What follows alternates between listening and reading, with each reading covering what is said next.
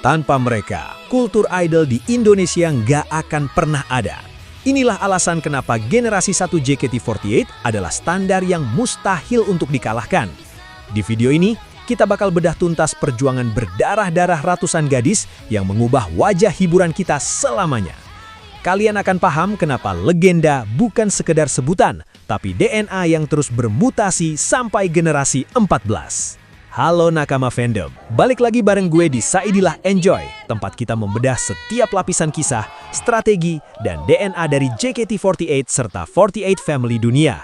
Kali ini kita nggak cuma nostalgia, kita bakal melakukan super deep dive dari titik 0 2011 sampai era terbaru 2026. Let's go! Pertama kita mulai dari era pionir dan fondasi, Gen 1 sampai Gen 3. Generasi 1, The Legend. Awal mula 2 November 2011, dari ribuan orang terpilih 28 pionir. The Struggle, dulu latihannya di gudang, tampil di acara musik pagi pakai kostum seadanya. The Ace and Captain, Melody, wajah grup, dan Shania, kapten muda yang karismatik. Analisis, mereka ngenalin golden rules dan konsep idol yang bisa kamu temui saat Indonesia cuma tahu girl band instan. Pro kontra, pronya loyalitas fansnya fanatik abis. Kontranya, bayang-bayang mereka terlalu besar sampai adik-adiknya sering dibanding-bandingkan. Generasi 2, The Resilience. Kisah November 2012, 31 kandidat, lahirlah tim Ketri yang dikenal dengan power dance gila.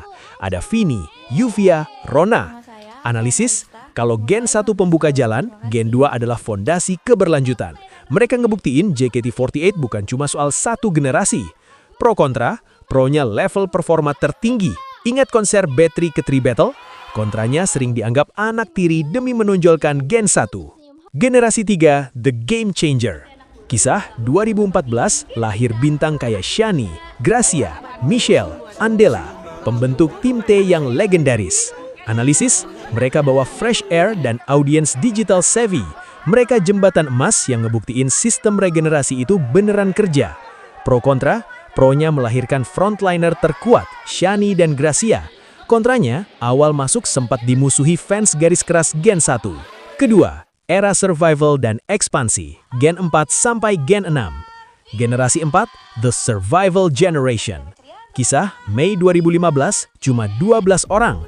Ada Jinan, Kristi atau Crispy, Cindy Hapsari. Analisis, jumlahnya dikit tapi solid banget. Mereka jadi perekat saat tim lain bolong-bolong. Pro kontra, pronya kualitas individu gila banget. Jinan jadi wakil kapten yang dihormati. Kontranya, mereka paling sering kurang dipromosikan manajemen karena fokus ke Gen 3 dan Gen 5. Generasi 5, The Bridge of Popularity. Kisah Mei 2016, 17 kandidat, muncul nama Zara, Eve, Melati. Era dimulainya sistem academy yang ketat. Analisis, lewat Zara, JKT48 balik lagi ke radar normis dan industri film nasional. Pro kontra, pronya exposure-nya masif banget. Kontranya ada kecemburuan karena manajemen dianggap terlalu memprioritaskan member yang laku di luar. Generasi 6, The Character Breaker. Kisah April 2018, ada Gita Sekar Andarini dan Ariel, masuk pas era Reboost. Analisis, generasi 6 ngasih warna cool dan dewasa. Gita ngebuktiin kalau idol nggak harus selalu senyum-senyum ceria buat dapat fans. Pro kontra, karakternya kuat banget. Kontranya, masa emas mereka kepotong pandemi dan restrukturisasi 2021. Ketiga, era regenerasi baru dan new era, Gen 7 sampai Gen 10. Generasi 7, The Face of New Era.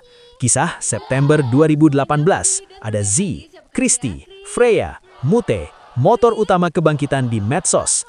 Analisis, mereka yang ngilangin stigma JKT48 itu jadul. Lewat viralnya Freya atau filmnya Z, JKT48 jadi budaya pop modern lagi. Pro kontra, pronya mandiri banget soal personal branding. Kontranya, sempat dihantam berbagai drama skandal aturan grup yang bikin goyang fanbase. Generasi 8, The Resilient Generation. Kisah April 2019, ada Fioni, Adele, Flora, Lulu, O'Neal, generasi paling dihajar keadaan. Analisis, baru debut langsung pandemi. Mereka ahli dalam social media engagement karena terbiasa tampil lewat layar ponsel. Pro kontra, pronya solidaritasnya kuat, vibe keluarga. Kontranya, dianggap anak emas yang naik ke tim inti karena keadaan darurat restrukturisasi. Generasi 9, The Miraculous atau Phoenix. Kisah Desember 2019 sempat dibubarkan total, tapi Marsha, Katrina, dan Indah dipanggil balik. Analisis, simbol kebangkitan. Marsha sukses narik komunitas wibu atau anime masuk secara masif ke fandom.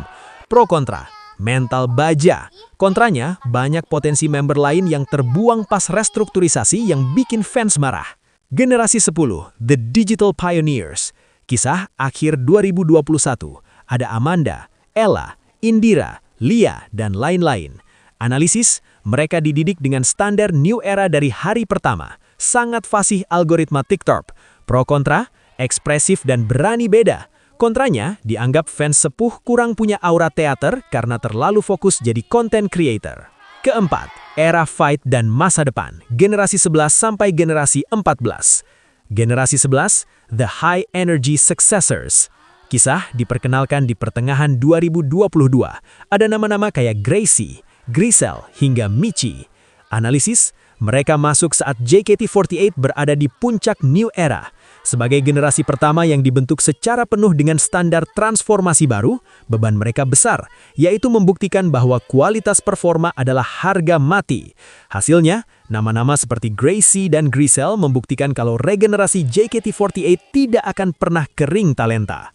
Pro kontra, visual dan bakat mereka sangat merata, all-rounder. Kontranya, persaingan internal makin berdarah-darah karena kursi Senbatsu makin mahal harganya. Generasi 12, The New Hope. Kisah audisi 2023 yang sangat kompetitif. Muncul wajah-wajah segar yang siap menggebrak panggung. Analisis, generasi 12 adalah penjaga api new era. Mereka mulai mengambil peran penting di setlist-setlist baru dan mulai menunjukkan taringnya di event SSK, Senbatsu Sosenkyo. Pro kontra, membawa semangat baru yang lebih kompetitif. Kontranya, harus berjuang ekstra keras keluar dari bayang-bayang kesuksesan generasi 7-10 yang masih sangat dominan. Generasi 13-14, The Future Expansion. Kisah melangkah ke tahun 2025 sampai 2026. JKT48 nggak lagi cuma soal teater, tapi soal integrasi penuh dengan teknologi AI dan ekspansi global yang makin tanpa batas. Analisis, generasi 13 dan 14 adalah anak-anak digital murni. Mereka adalah wajah JKT48 di tahun 2026. Di era ini, tantangannya bukan lagi soal dikenal, tapi gimana caranya tetap relevan di tengah gempuran AI idol dan persaingan global yang makin tanpa batas. Kesimpulan, generasi 14 adalah simbol kalau JKT48 itu abadi. Selama ada mimpi, regenerasi nggak akan berhenti. Dari Gen 1 yang latihannya di gudang, sampai Gen 14 yang mungkin udah tampil dengan teknologi tercanggih di 2026, benang merahnya satu, Pioneer Spirit. JKT48 bukan cuma soal lagu, tapi soal siapa yang paling kuat bertahan di bawah sorot lampu. Gimana nakama fandom? Panjang banget kan perjalanannya? Tapi seru. Jadi dari generasi 1 sampai 14, mana yang menurut kalian paling punya DNA paling kuat? Dan buat kalian yang dulu nungguin debut Gen 14, apa ekspektasi kalian pas mereka diperkenalkan ke publik? Tulis di kolom komentar. Terima kasih sudah nonton sampai detik terakhir. Kalau kalian suka deep dive kayak gini, klik like dan share ke teman-teman kalian. Tetap dukung idola favorit kalian dengan cara yang sehat ya. Keep support and stay tuned. Gue Saidillah Enjoy, izin cabut. Jaga Oshi, jaga kesehatan. Ciao. Dari aku yang hari ini dan membahagiakan kalian semua. Terima kasih.